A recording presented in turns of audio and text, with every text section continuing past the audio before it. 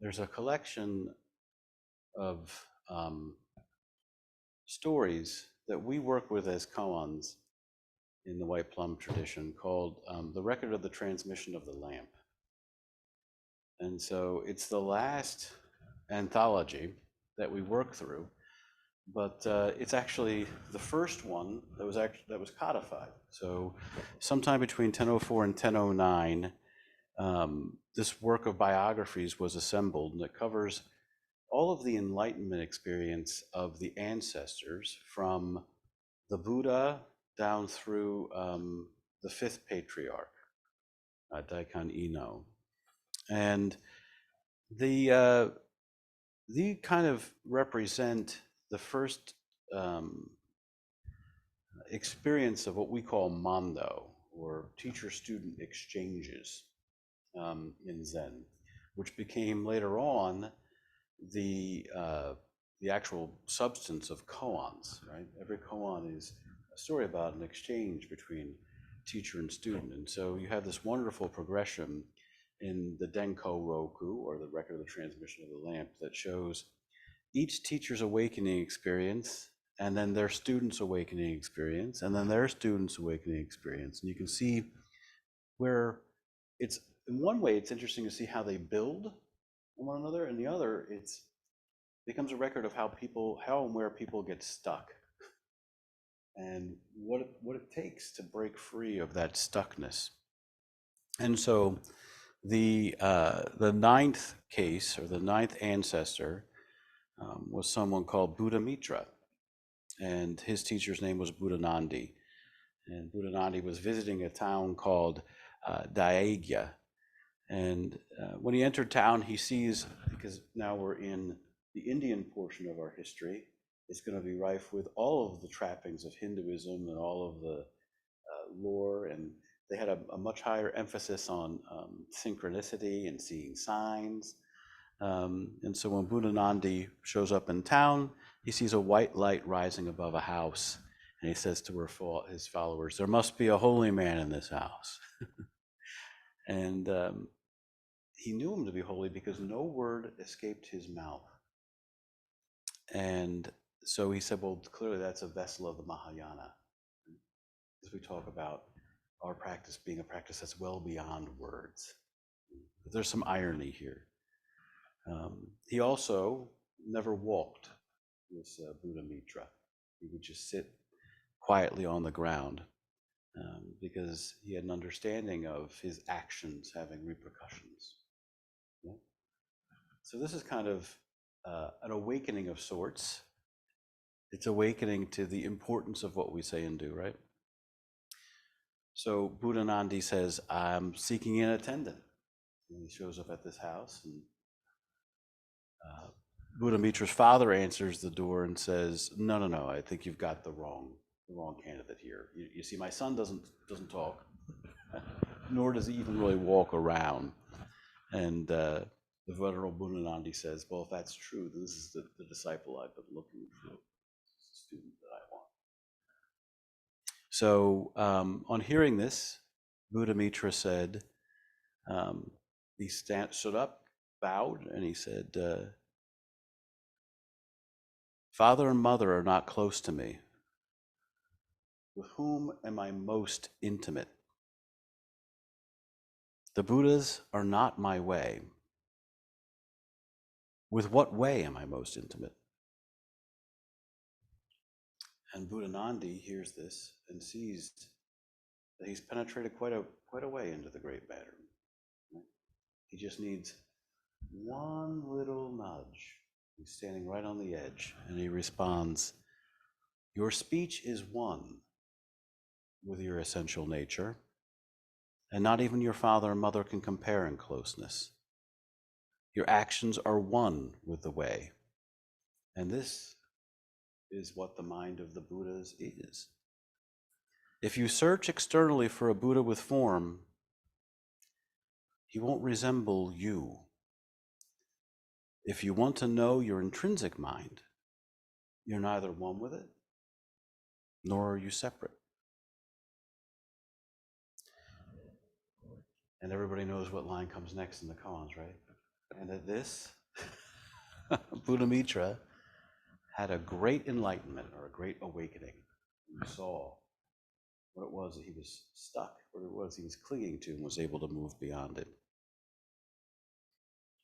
Buddhanandi says at this, his response is, this person met a Buddha in ancient times and made vast, great vows of compassion.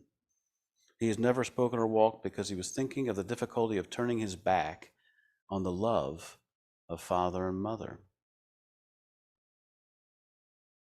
So he believed he was manifesting the greatest compassion he could manifest, right? By not attempting to transcend it or capture it in words. So father and mother are not close to me, and the Buddhas are not my way. If you want to know what intimacy really is, you can't compare it with father and mother, or with an idea of father or mother or anything. If you want to know what the way really is, you can't learn it from Buddhas, because there are none to find. Yeah? And if you find one, then you better kill it, right? You better move beyond it. If you want to know why, then recognize that your seeing and hearing don't require someone else's eyes or ears, nor do your hands and feet need someone else to move them. This is all your activity. Small self looks for Buddhas, but only Buddhas, in the end, recognize Buddhas. None of the study is going to get you any closer to your true nature, because you can't get any closer to your true nature than you already are. Right? So Buddhamitra appeared to be trying to guard or maintain this principle, and for 50 years, he didn't talk, and he didn't make a step. Yeah. So he understood it in theory. He understood it in concept or idea, right? So he didn't want to abide within the attachment to thoughts and ideas, and so he withdrew from thoughts and ideas, which is another place that you can become attached. Yeah? This isn't the way either. The essence of Zen doesn't depend on words or letters, but through a direct mind-to-mind transition. Yeah? But how does this happen? We recognize it directly. We appreciate it directly. So just the idea of cutting off this mind road and opening to what's directly in front of you is the road. It doesn't mean cutting out words or only maintaining silence. It's a direct witness of our thoughts and our words, and to see that they're a reflection of our nature. Yeah? When you're awake, you act skillfully. And when you nod off at the wheel, you go off the road. That's part of the nature too. It's part of your intrinsic nature too. These are great truths. So you need to remain vigilant, yeah? And watch what you say and do. But not doing and not saying aren't going to get you there any faster. Just stay awake, stay with skill. If we're attached to our thoughts and ideas, the whole world is attachment to thoughts and ideas. If we abide in delusion, then we just transmit that delusion. When our intentions are skill and presence, then we're the activity of those intentions. When our intentions are to study, we transmit peering directly into mind and recognizing our true nature.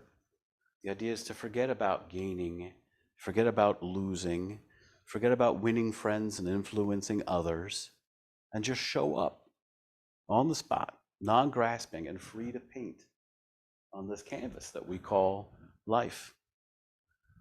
If you doubt this, if you hesitate, that's all there is. There's just doubt.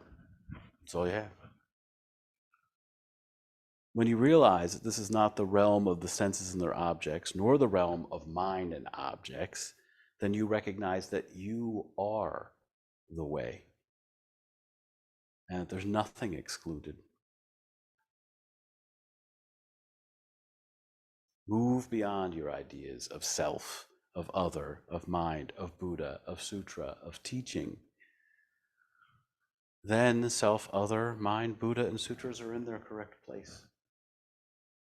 Yeah, they point to the correct place. But you just start by trusting,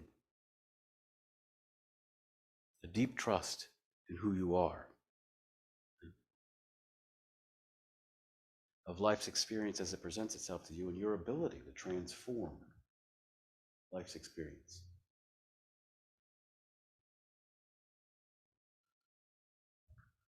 What do I always say next? This is it. And you're the one. No Buddha's going to save you.